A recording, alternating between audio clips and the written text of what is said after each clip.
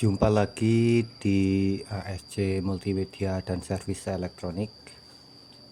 Kali ini saya akan sedikit mereview ya perangkat rakitan yang saya rakit dan buat. Tadi banyak yang tanya ya di akun TikTok dan juga channel YouTube saya, fungsi dan harga ya. Di sini sebelum saya jelaskan, perangkat yang saya rakit ini adalah power sequencer ya. Power sequencer. Jadi sebenarnya fungsi dari power sequencer itu adalah,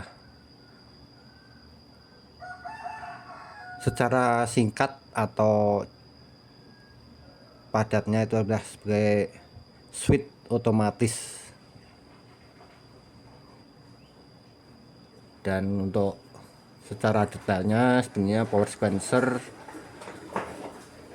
berfungsi untuk mengontrol urutan penyalaan dan pemadaman peralatan listrik secara otomatis.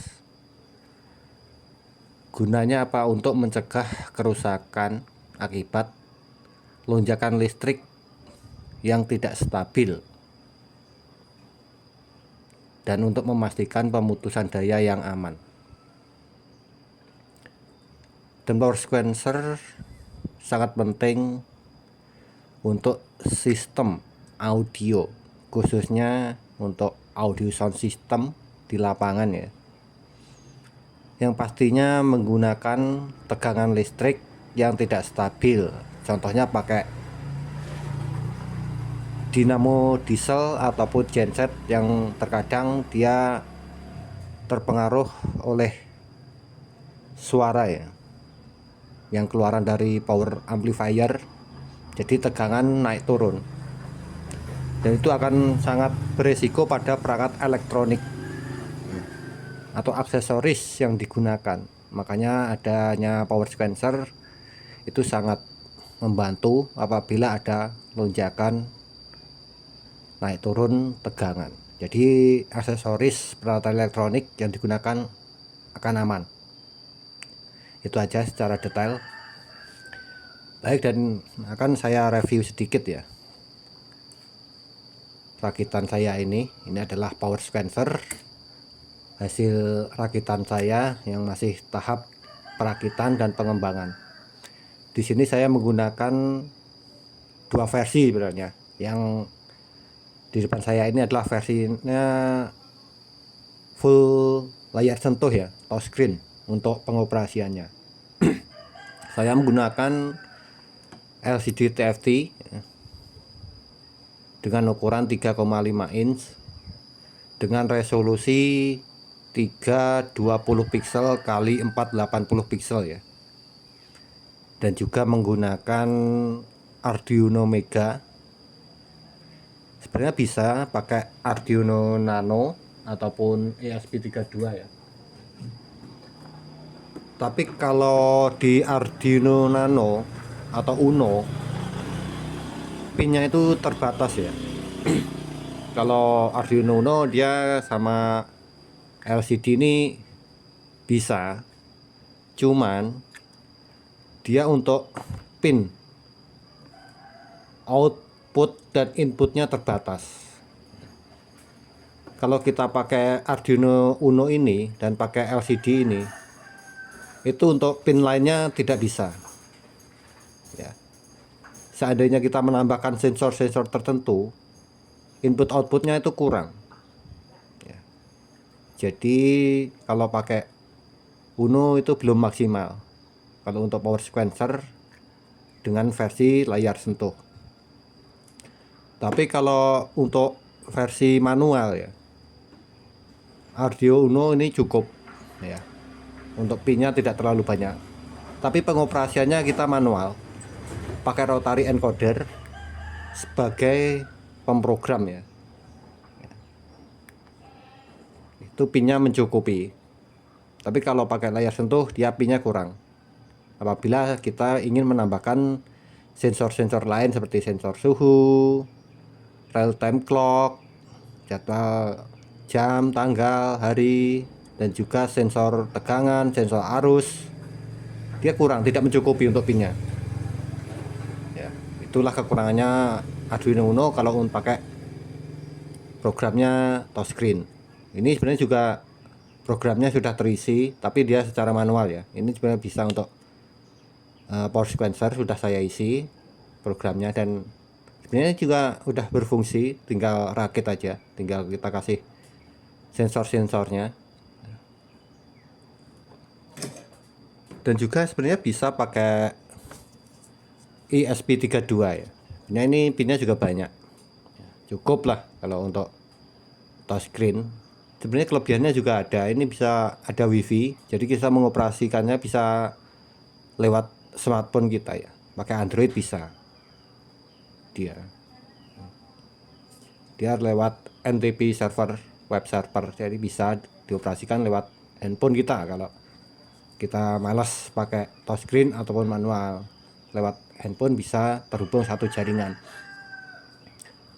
Tapi kenapa saya tidak pakai ESP32? Saya pengennya yang simple ya, soalnya masih tahap uji coba dan pengembangan.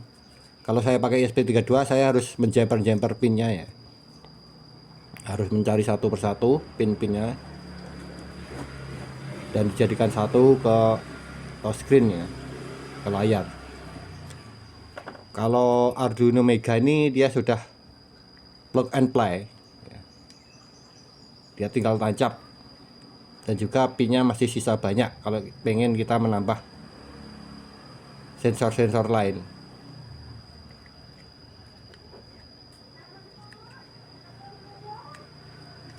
Baik, akan saya coba nyalakan. Sebenarnya ini masih banyak ya sensor-sensor yang belum saya pasang, tapi sementara mungkin ini saja. Nanti kalau sudah jadi dan akan saya uji coba langsung ya.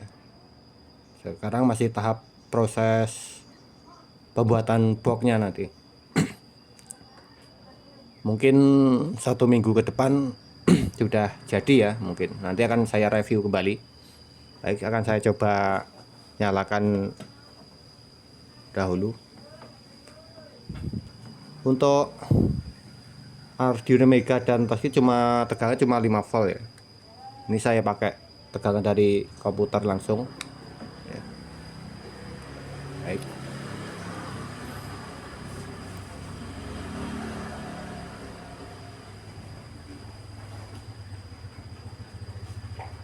Dan ini setiap pertama kali dinyalakan, dia akan otomatis channelnya itu on satu persatu dengan jeda 2 detik ya.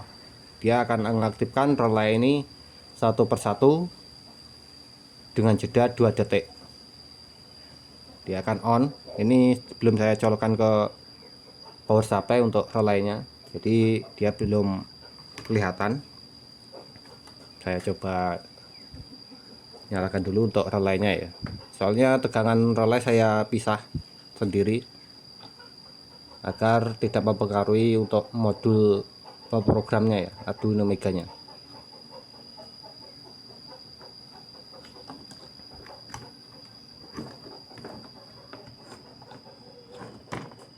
Sebentar. Oh, colokannya. Saya coba reset ulang ya dari awal biar jelas. Tombol resetnya ada di bawah layar.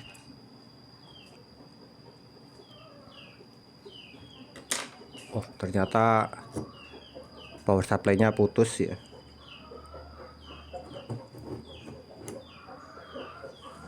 Nah, untuk power supply-nya putus. Bentar saya sambung dulu. Baik, tadi untuk power supply relay putus ya kabelnya. Ini udah saya sambung dan saya coba reset ulang dari awal.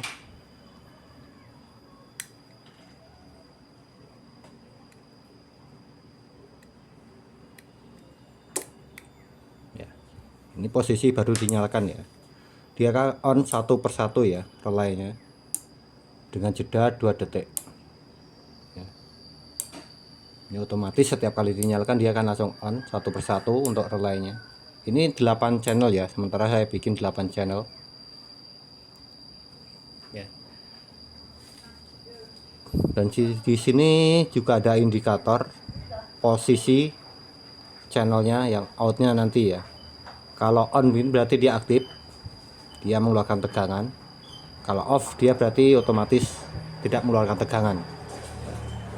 Sedangkan di tengah ini adalah indikator tegangan yang ada ya. Kalau di listrik itu 20 volt ya. Ini ada sensornya. Ini ada sensor tegangan. Jadi untuk menampilkan tegangan saat ini atau real time ya. Ini belum saya colokkan ke listrik untuk sensornya. Saya coba nyalakan. Ya. Dan tegangan di sini itu antara 235 sampai 2340 ya. Dan di sini saya cuma mengasih 3 menu ya. Ya. Bentar. Dia menu setting dan reset. Sementara cuma itu program yang saya masukkan. Menu ini adalah untuk settingan output ya. Bisa kita on off kan secara manual ya. Dan juga kita on kan outputnya dari menu ini ya.